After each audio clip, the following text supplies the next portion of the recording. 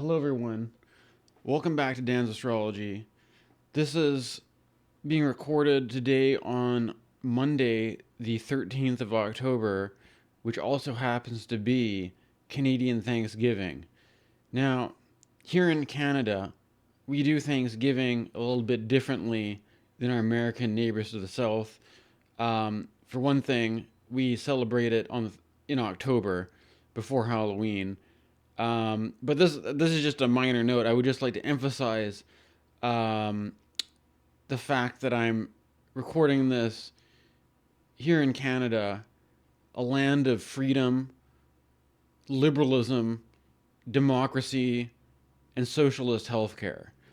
And these are certain things that in an uncertain world, I think it's important to be grateful and not take for granted these liberties and these basic freedoms and the privileges that our society has granted us, to not just take it for granted and instead to be grateful for everything that we have, right? So I think in the true spirit of Canadian Thanksgiving, I'm um, I'm inviting you to join me today on a journey not just into the ingress of Venus into Libra, but also the activation of the Grand Air Trine as well as the Grand Water Trine. Yes, we have a kite and two trines to go through today. So what I'm going to show you now is you've also got a nice auspicious conjunction between the moon and Jupiter today in Cancer. So today especially is a nicely dignified day for Canadian Thanksgiving. Um, so if you notice, Venus is at the 29th degree. In just one over the course of the day, we will have the ingress of Venus into Libra, which is Venus's air sign domicile. And if you notice, we also have a trine to Uranus in Gemini and Pluto in Aquarius, and an opposition to Neptune in Aries. Um, Now, first of all, the most critical thing to notice here, first of all, is that the opposition is a stronger influence than the trines. And so the opposition is with Venus in good dignity in her own sign, opposing Neptune at the very first degree of Aries. And there's something interesting about this for a number of reasons. First of all, that we have been going through a conjunction between Saturn and Neptune. The conjunctions are even stronger than the oppositions. However, at this particular moment, we find this conjunction split between the two signs of Pisces and Aries, so it's an out of sign conjunction with an orb of 4 degrees. And so there's a certain kind of technical splitting hairs here about whether you want to still count this as a conjunction. But it's also interesting to consider that both of these planets are in retrograde motion, and that Neptune is actually going to retrograde back into Pisces. So that we're catching this at a moment where Saturn and Neptune have a certain division of them, and then we can see it later on. The conjunction will be more of a blending of Saturn and Neptune, and right at this critical juncture, this is the kind of like the sensitive trigger point of the whole astrological configuration that we're going through. And I'll give you an example of a concrete, real example in my life of how I can see this. Is that recently I became inspired to dig out, or to basically go through a lot of old technology that's been sitting around. And I have to admit, this is also, oh my God, it's October 14th. This is when Windows 10 support officially ends, right? So this is part of what I've been dealing with, is as a computer nerd, the apprehension of changing operating systems, and the there could be quite a period of time where you can get away with using Windows 10, but eventually they'll force you. If you have an online computer, they'll force you to have a Windows 11 account. And I saw another astrologer just recently posted something about the topic of we're in the midst of a new roughly 300 year age of air, where there are great conjunctions in the air signs. And this is perhaps arguably more of a solid technique than talking about the age of Aquarius. That we are in the age of air, and there's this whole idea of information technology, information control, the control of communications and stuff. In some countries, mandatory digital IDs. With one of the concerns around the rollout of Windows 11 is that in order to use Windows 11 on your computer, they're going to require you to have a Windows account.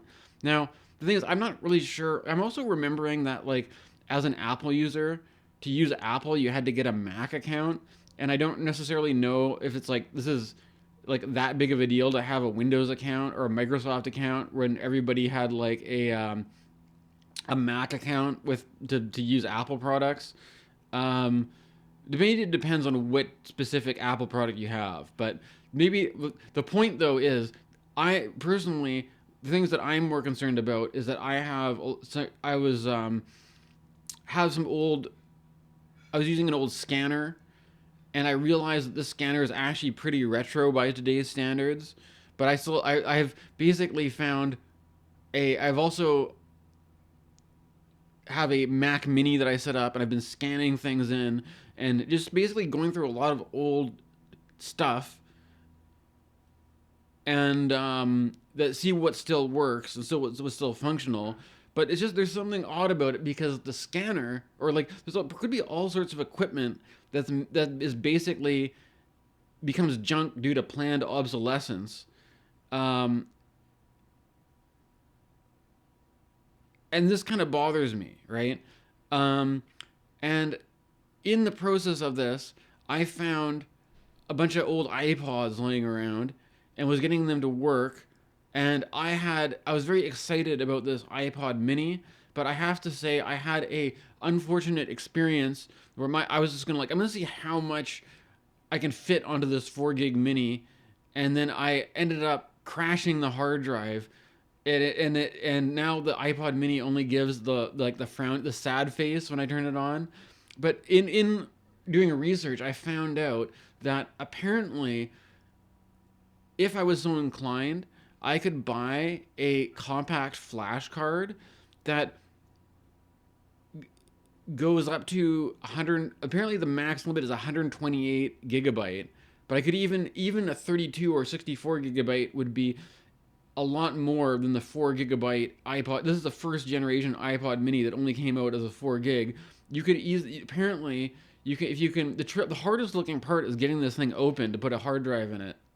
But this is basically what am I trying to express to you here is that, first of all, the retro nostalgia. There's some kind with Neptune.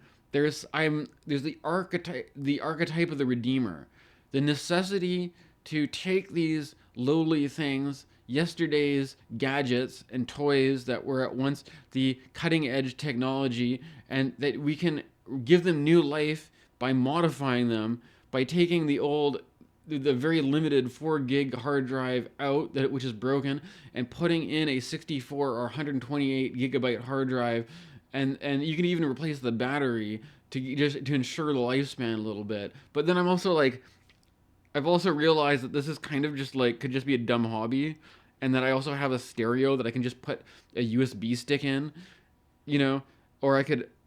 There's also the main thing though is that there's a couple of things to this. The other part of it is not just the will to rescue and save old technology from the landfill or whatever, but rather to ask important questions like, why am I paying subscriptions for streaming services if the artists that I want to support aren't getting properly compensated, and instead the profits from these businesses are then being invested into a for-profit war machine. All these tech bros basically trying to build a kind of a Terminator 2 style Skynet.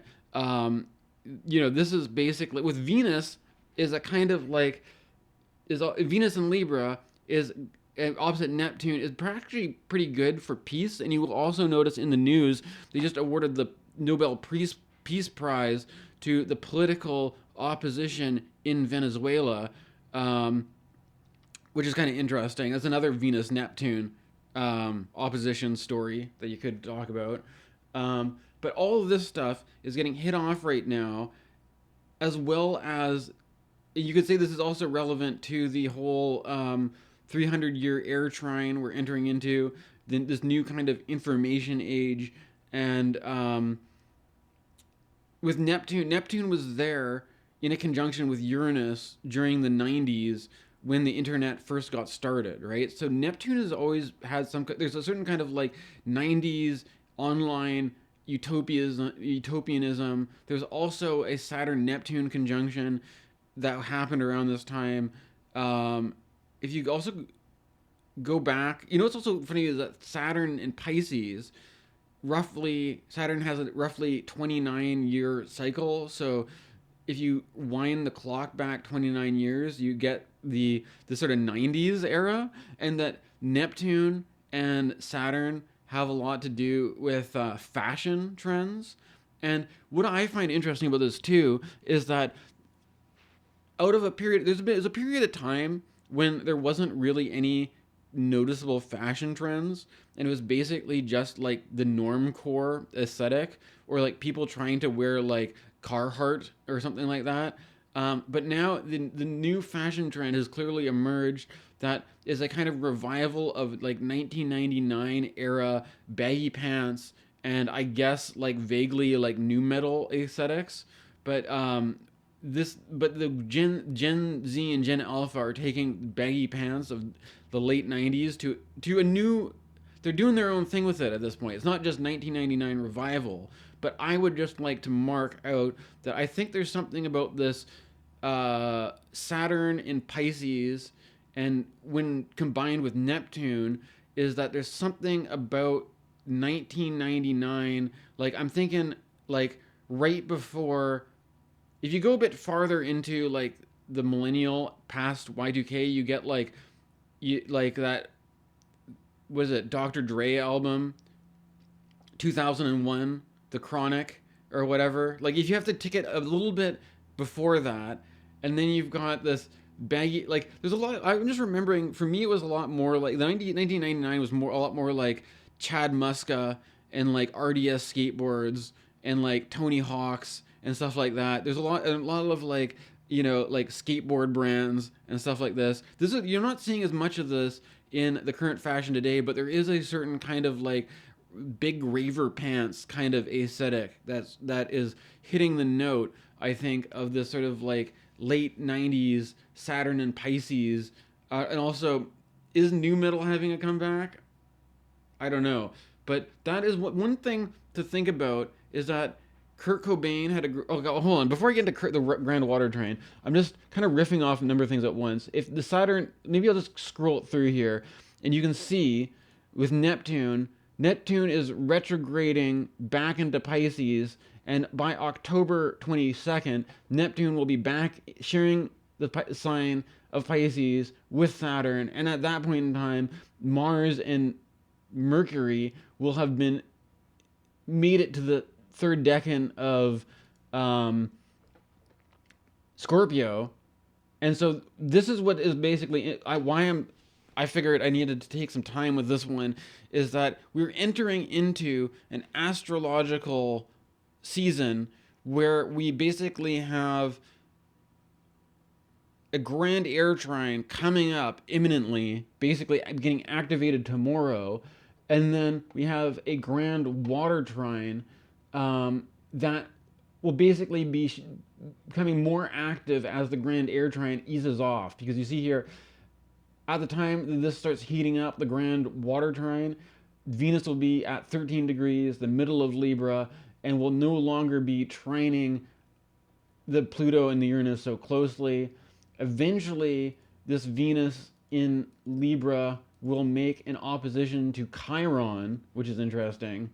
And then by that point in time, Venus will also be squaring Jupiter, making it basically a Jupiter Chiron T square. And this one I think is particularly something to watch for because the in the midst of all these dynamics, like the grand water trine, there's a grand water trine and a T square happening at the same time. Um, it's an interesting configuration for sure. What I like about it is that the square next to the opposition is the squares and oppositions are stronger aspects than the trines, and so you've got this could be a productive time provided you have. This could be an interesting one for people who have placements in the third decan of the cardinal signs. For me personally, I have very little in terms of cardinal placements, so this is probably not going to be affecting me as much. But you have there's a sort of creative the squares and oppositions have more creative tension than the trines, right? So there's some basic there is Chiron in Aries, Venus in Libra, Jupiter in Cancer. I recently noticed that there's some other British Columbian astrologer who is talking about doing horse girl astrology.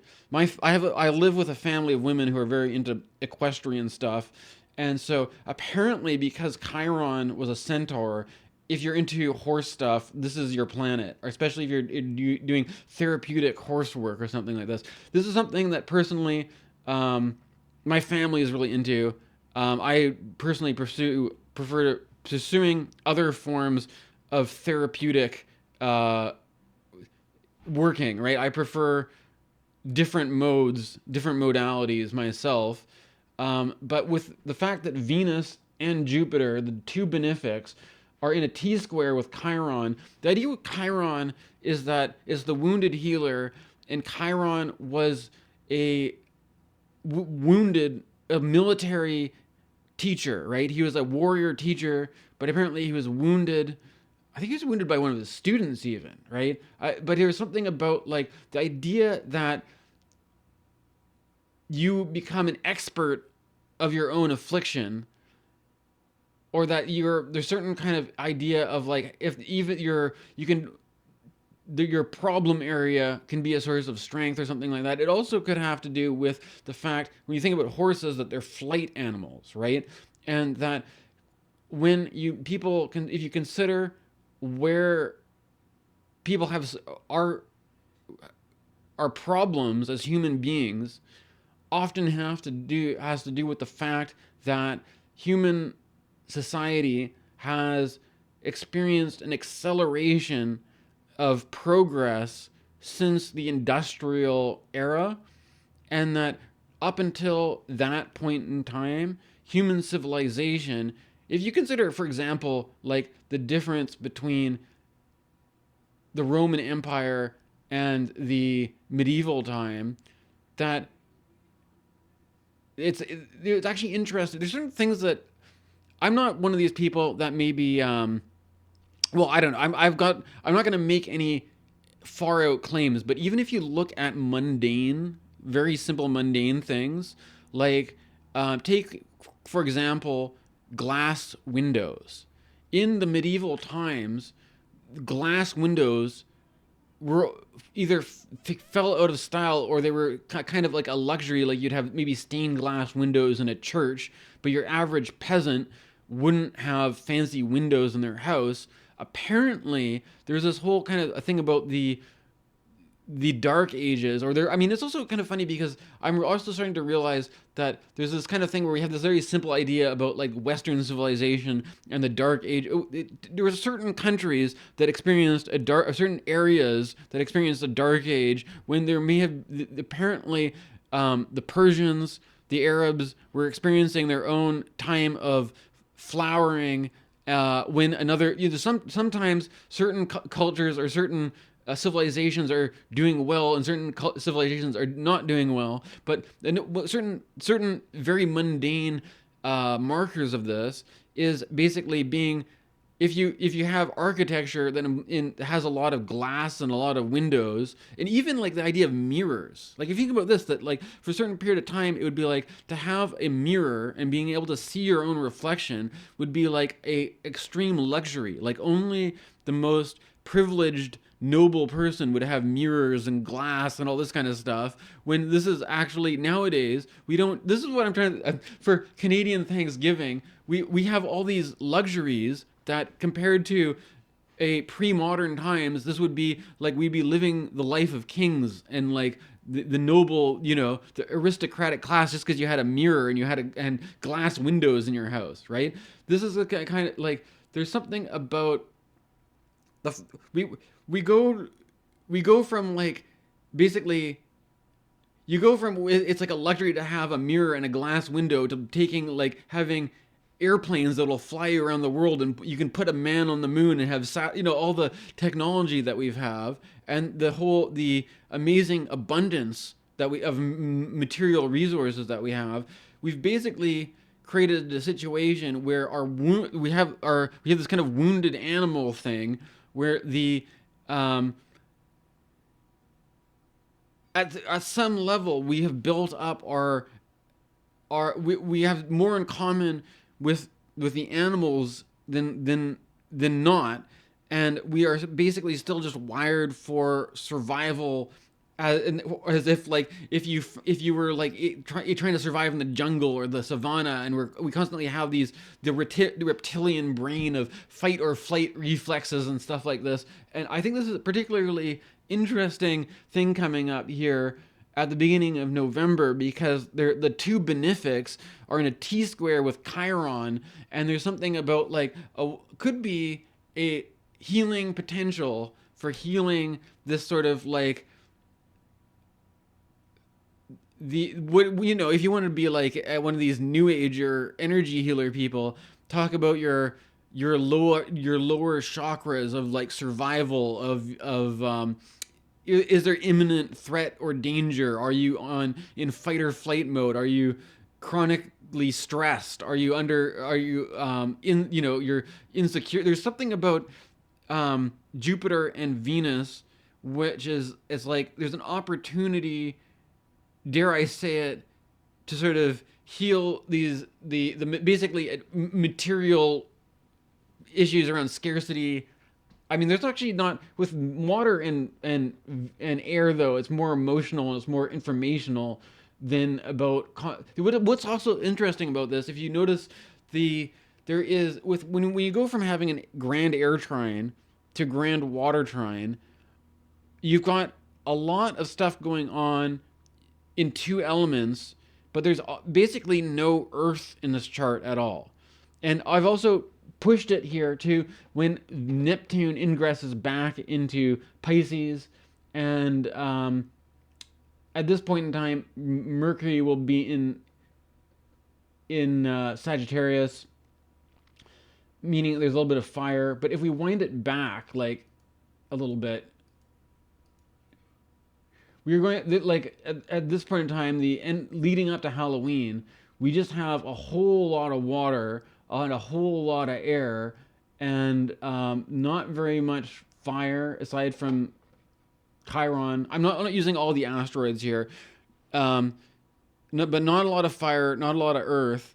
And if you think about this, what fire and earth, fire often stands for a kind of a motivating, kind of action oriented, kind of the will to want to do stuff, and earth is the usually stands for kind of materiality, the sensual world, like even like things like the way that Taurus is often associated as being a very food oriented sign is dealing with the direct material, like if you're talking about material scarcity, your actual resources, versus things, they're going to have much more emphasis on the emotional charge with this grand water trine, and with certain, perhaps more with, Libra and Aquarius often feel more political to me, right? Especially if you consider the back in the 80s, the whole Margaret Thatcher, Ronald Reagan era, often referred to as Neo-Liberalism, started. We also remind you that Reagan had a professional astrologer and was probably had this in mind when they were hatching their neoliberal schemes. It all happened around a Saturn Jupiter conjunction in Libra that was actually the beginning of this age of air. And what was interesting is then you had 20 years later, you had the beginning of the 80s, right? 20 years later, you have Y2K, you have the wobble back into a Saturn Jupiter conjunction in Earth. When this is around the time when you had the war in Iraq, and then now we're wobbling back to when we had it around COVID. We had it in Aquarius. So there's a kind of when they have these air thing, there's a kind of a wobble in the transition period, but now we're like really in it, and we're there's some issue about.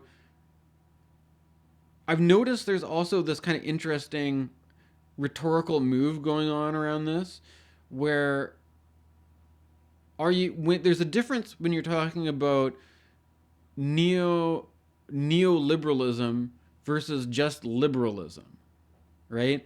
And there's also interesting in all of this, there has been certain questions around free speech or whatever, and there's something about like how it's like you can easily kind of start bending and spinning language in ways where it's like you could start off by talking about free market capitalism and neoliberalism, and then if there's like they could be very, very heated, because if you start criticizing capitalism, that means you're a far left radical extremist.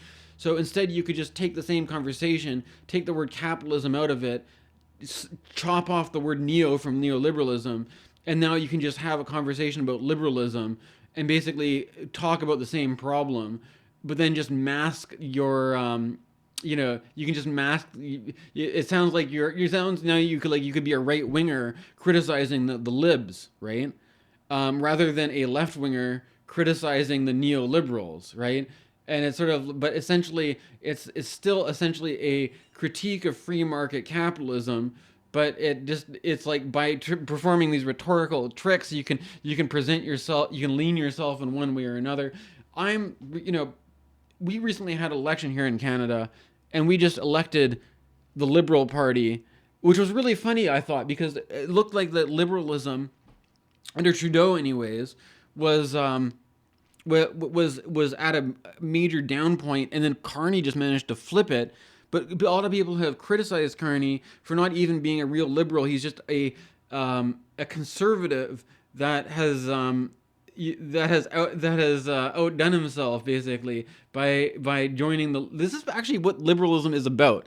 The liberalism is the idea is that us far left extremist radicals realize that if we are far left extremist radical ideas are too extreme for the Overton window of this political climate, in the fact that they would be taken with such hostility, that we have to respect that we live in a free liberal democracy, and the best thing to do is make a compromise, so that if there's a strong swing to conservatism, you have to roll with the punches basically, and you have to get the all-star conservative to run as a liberal, and that's the only way that you can diffuse the surge of conservatism, is to basically recuperate all of that conservative energy back within the liberal center, and to basically to make it so that anybody in the face of this situation who's complaining about Carney being too liberal is got to be like some sort of extremist wackadoo, basically, who will get ready to get microchipped, buddy. No, I'm just kidding. But you know what I'm trying to say. These are the people that are paranoid. The most paranoid people have been basically their political. They've been diffused because we have basically incorporated all of this right wing energy back within the Liberal Party. I can't say this is not the. This is if I was going to be a politician, I may have perhaps try to do things differently. I'm not going to say I'm totally a fan of it, but I'd much rather have Mark Carney running for the Liberals, even if he's a conservative in disguise, than Pierre Poilievre running for the Conservatives. I don't know. I'm not going to bore you Americans with the minutia of Canadian politics, but I'll leave it at that. We've performed a miraculous recovery for liberalism with under Mark Carney here. And there's a funny thing too about how the idea of neoliberalism actually applies to there's a certain blends into neoconservatism, right? There's basically the center of politics, whether that's Canadian or American, tends to center around neoconservatives and neoliberals. Sometimes it's like basically this is the whole point. Like Margaret Thatcher and Ronald Reagan were basically, you could call them neocons or neoliberals.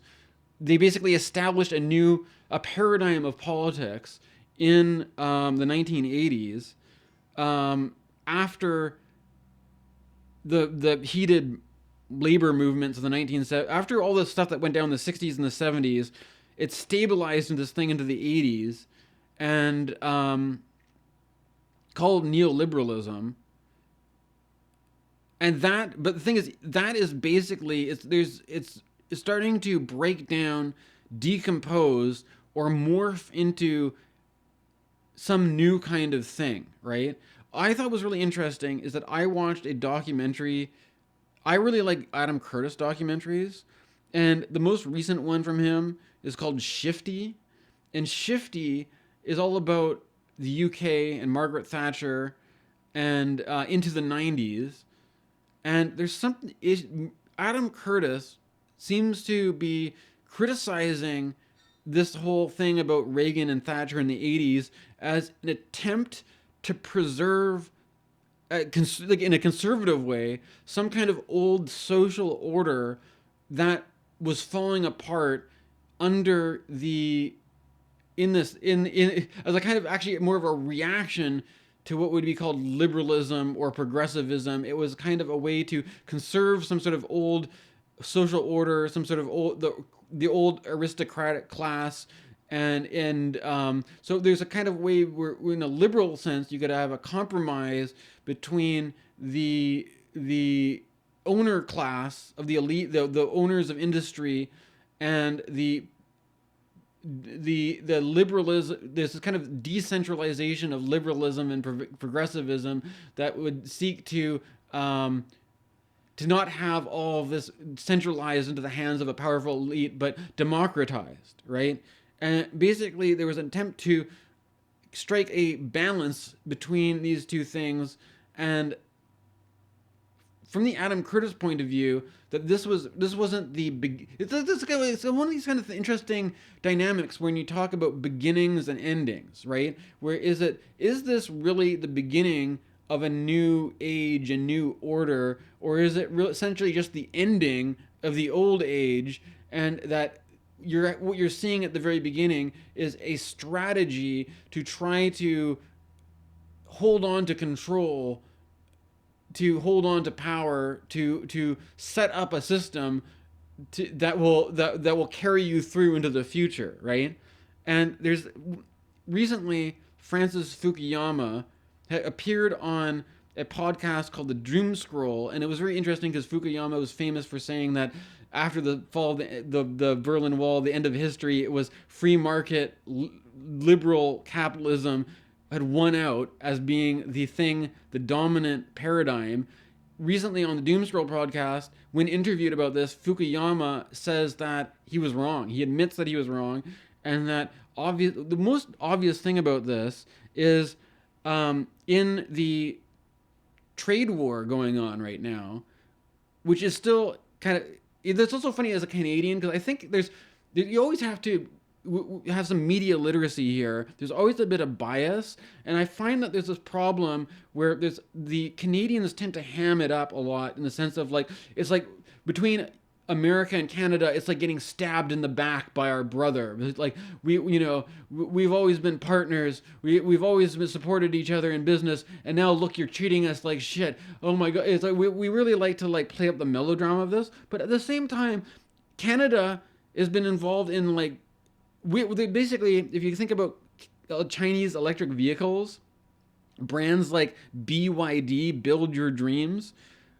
are being able to produce electric vehicles that are much, much cheaper than Teslas and all the other major manufacturers, and that Canada, like the America, has been not allowing the sale of those vehicles in Canada, and there's tremendous pressure on China. They are putting tariffs on our canola oil, and so to punish us for not allowing them to sell their electric vehicles. And there's something about it. Well, we play up this melodrama, like, oh, the Americans, we're like, we should be like allies, like brothers, like of the same family, and you're ruthlessly stabbing. There's this whole fucking drama playing out between, that we're also just not allowing Chinese electric vehicles being sold, and we don't really make a big media spectacle about that. All these things are being negotiated right now. The thing is, what's interesting about this is that with the astrology, maybe I'm getting distracted. One thing to consider is that there could be a materialist dynamic here in terms of the actual minerals that go to make lithium batteries, and the energy and the resource management and all this kind of stuff, and doing things efficiently. But what I'm seeing here with the grand water trine and the grand air trine is not so much like, the point is that I have to admit, I don't talk about this very often, but I was in a relationship with somebody who was like Chinese, to the extent that they were even born in China, and there's a huge cultural, like, there's this cultural gap between the white American privileged person and the idea that we have either the global south, or in Asia you have the most population in the world concentrated in India and China, right? And you have a whole population of people, whole generations, that had to live through the famines of Mao and all this kind of stuff. And the point is about this is that I think that a lot of what the problem is that we actually live in a fairly materially abundant society, but we have some kind of like, there's some kind of like endless melodrama of it all, right? And there's some this is basically the best I can do with this. Mars is going to trine Saturn and Neptune and Jupiter, and that there's some kind of emotional thing. It's like,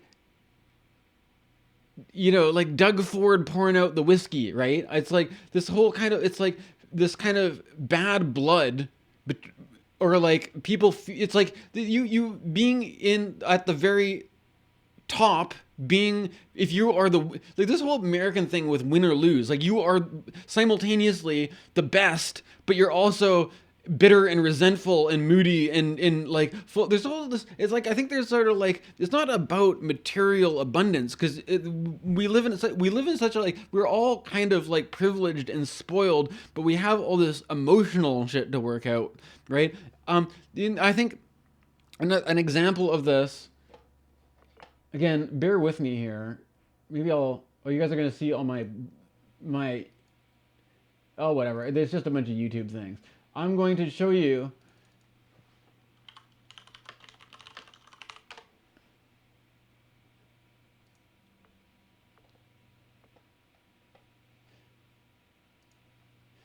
Just to compare,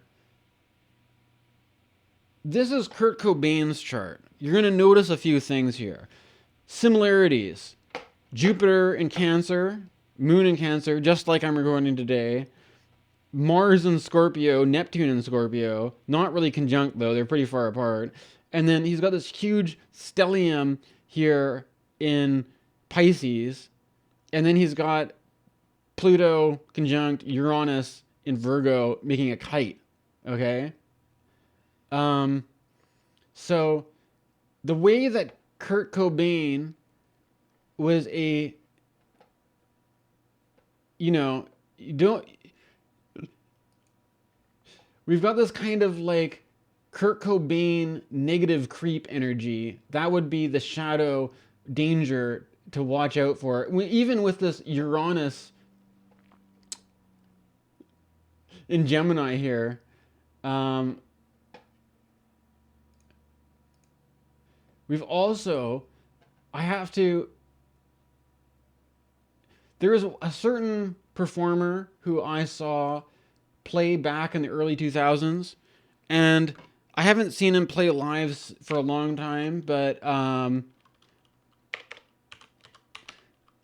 because I have a kind of melancholic personality, I can tend to be a kind of a moody, depressed person who has a lot of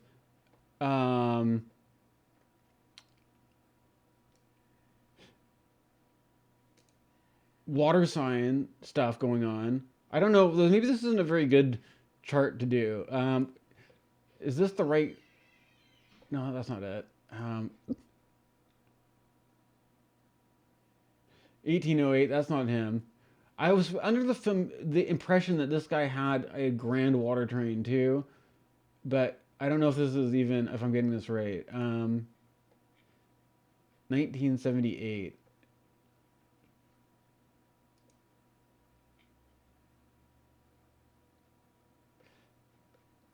Oh, you have this funny list kind of thing going on.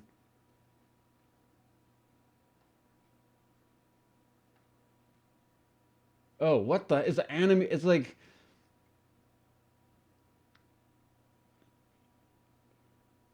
well, this is pretty fancy. You're gonna give me like a Macromedia Flash website. It takes forever to load.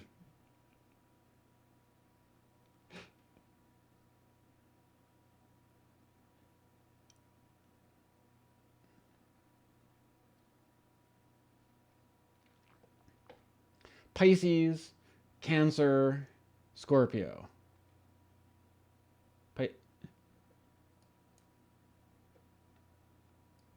Sun in Pisces, Mars in Cancer, Uranus in Scorpio.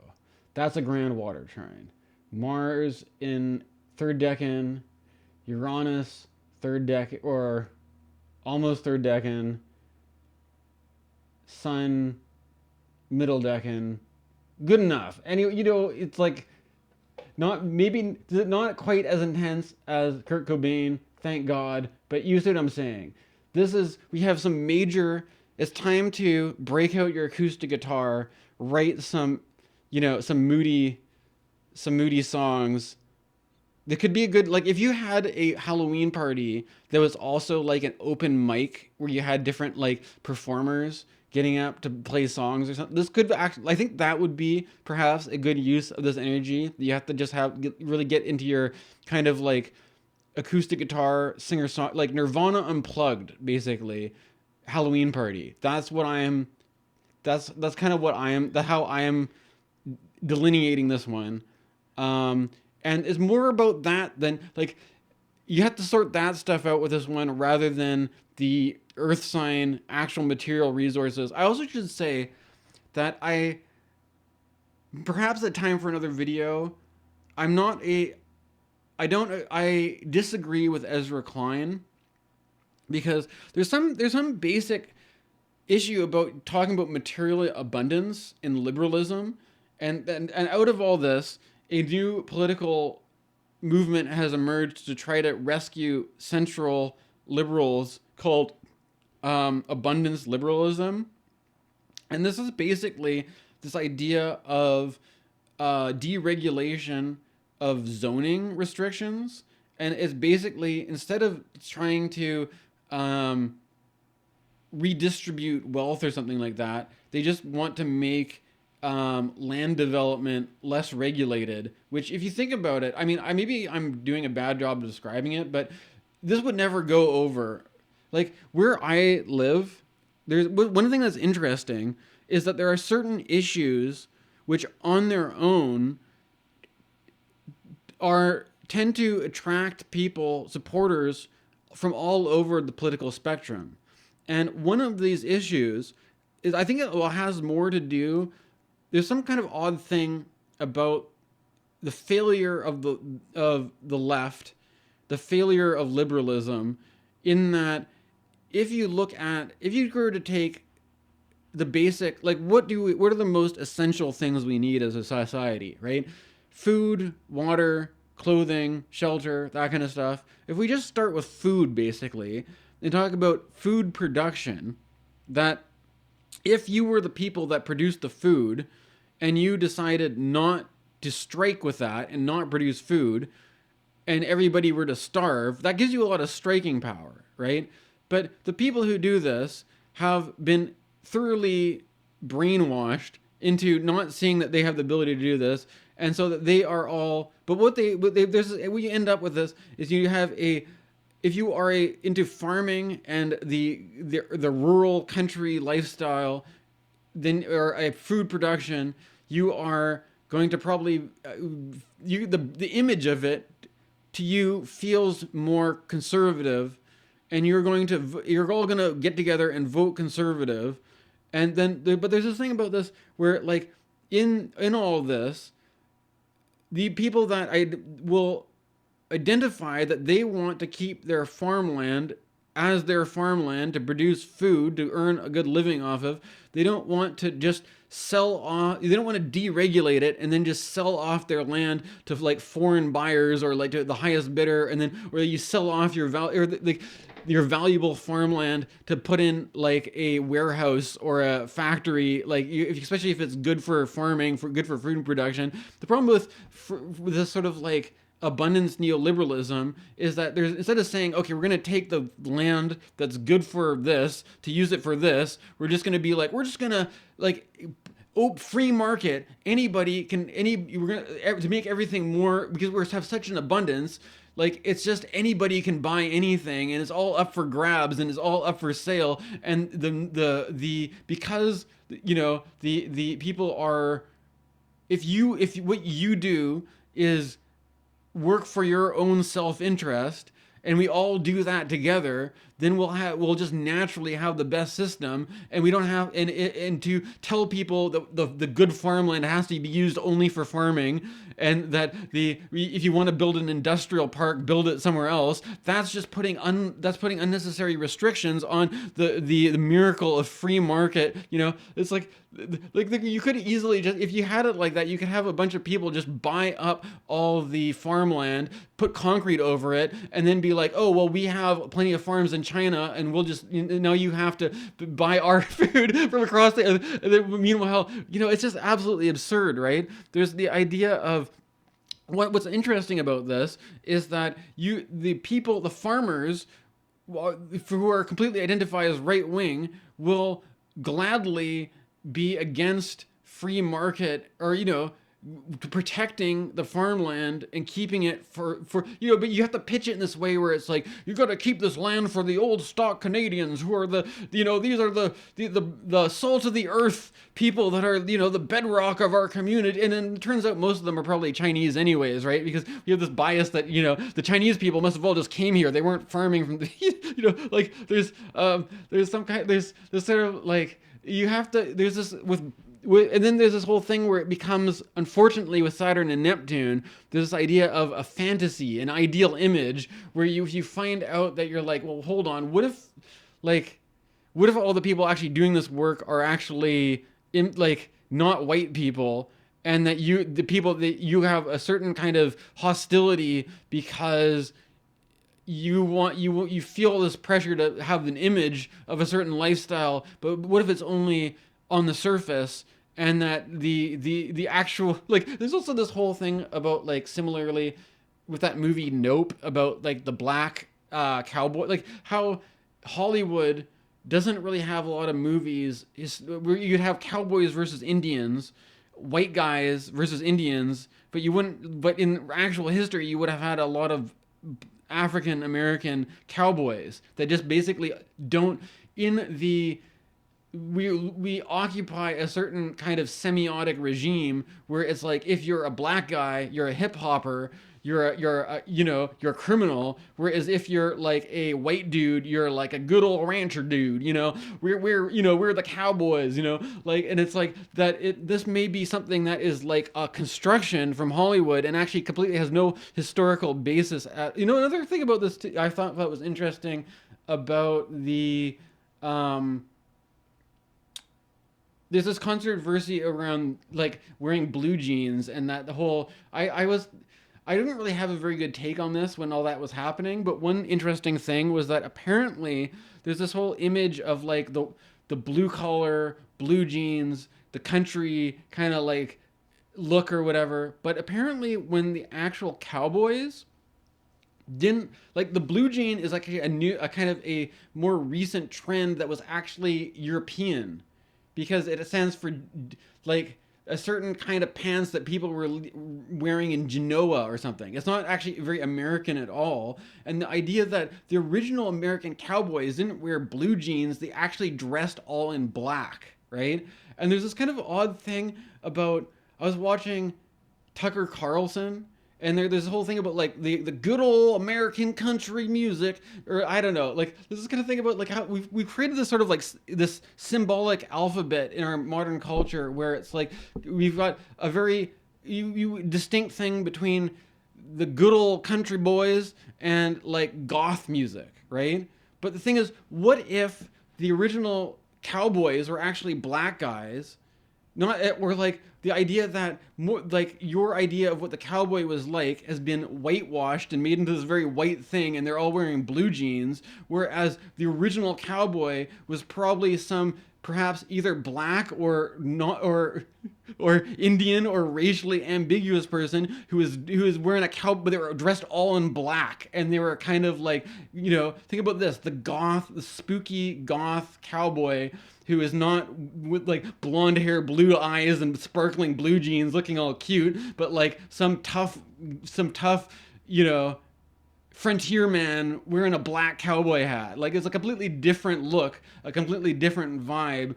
But there's a certain like with Saturn and Neptune, it's like we are living in this sort of like weird daydream version where we may not really be in tune with what, I don't know, maybe I'm just doing my best here anyways.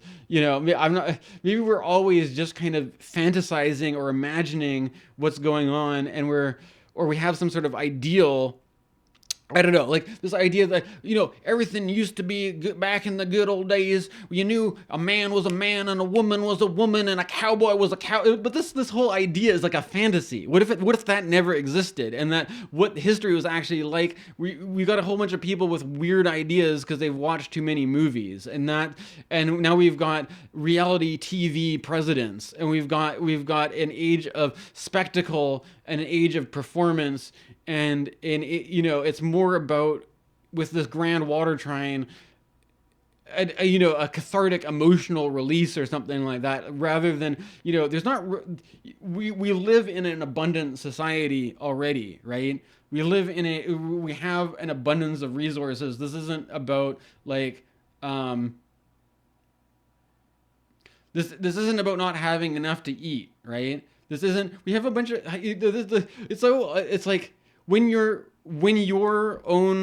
greatest threat to your own survival is like the fact that you might eat too much and you might like put yourself at more of a risk of like health problems because you have too much. It's like the abundance is not the issue here. It's being overloaded. It's like carrying around all this baggage of grief and resentment and negative emotions, and having this sort of like this burden, basically, right? And at least, it could be with the Jupiter and Venus square, T square with Chiron. There could be healing potential.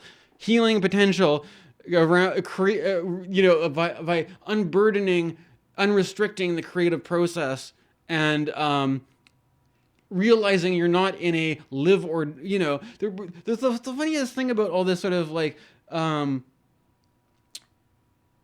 maybe for certain people who the less privileged, you're in a war zone and it's a different story, but there's everything is just sort of seems topsy-turvy and upside down, where it's like you've got people that are living in material abundance, but we have this like this guilt, like we have to eat like cans of spam, and like we have to like you have to it's this idea too about like I've noticed there's also a trend online where people talk about stealth wealth, where it's like even if you have money, it's like you don't want to like show off, so you have to like you have to just like wear like you have to wear clothes that people wouldn't be able to tell if you have money or not, and you're supposed to be like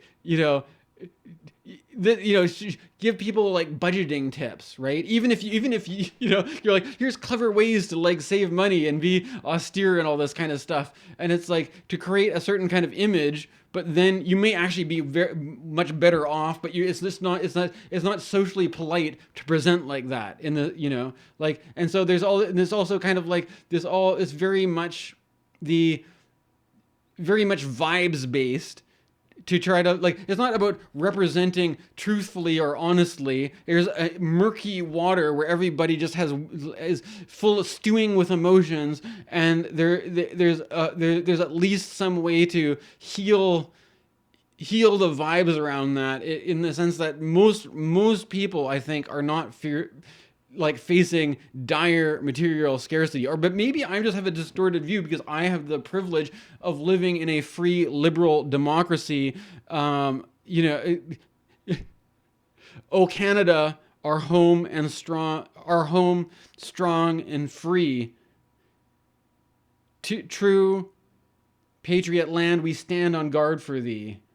I don't even know if I'm getting it right. I'm sorry, but this is Dan's Astrology, signing off for Canadian Thanksgiving. Keep on rocking in the free world. Do.